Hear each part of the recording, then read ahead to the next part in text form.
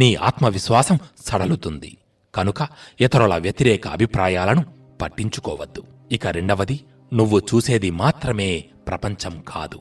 నీ జ్ఞానేంద్రియాలకు పరిమితులు ఉన్నాయి. చూసే రంగులు వాస్తవం కావు. వాటికి ఎగువన దిగువన ఇంకా రంగులు ఉన్నాయి. ఇక మూడవది, వినే శబ్దాలు మాత్రమే కాదు, అంతకంటే తక్కువ ఎక్కువ స్థాయివి చాలా ఉన్నాయి.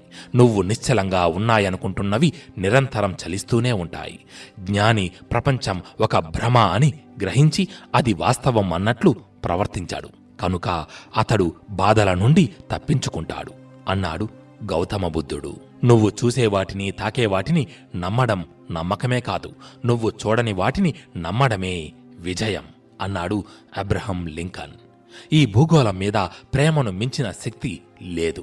అది అన్నింటినీ జయించగలుగుతుంది. నువ్వు ఏ కథ చెప్పినా అది నీ కథే అవుతుంది. నీ ఆశ్చర్యకరమైన జీవితం గురించే చెప్పు.